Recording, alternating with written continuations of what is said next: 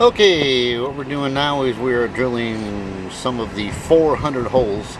I've got it drilled all the way down there.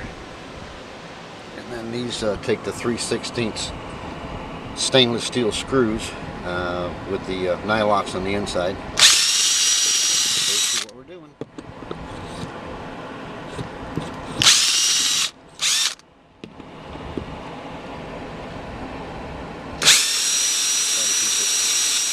Level as possible, but I'm down 3/8 of an inch, so I got room for little boo-boos.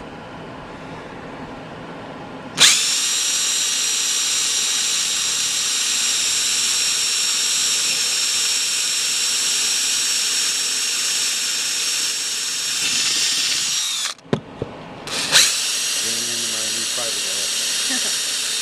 Breaks my heart. But something's got to be done. And then I got to take this rail off, clean it again,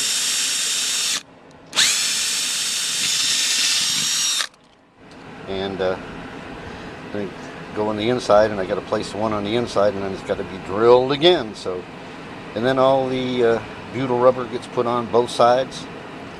And then the stainless steel screws get put on with the nylocks and button her up. So it's going to take a while.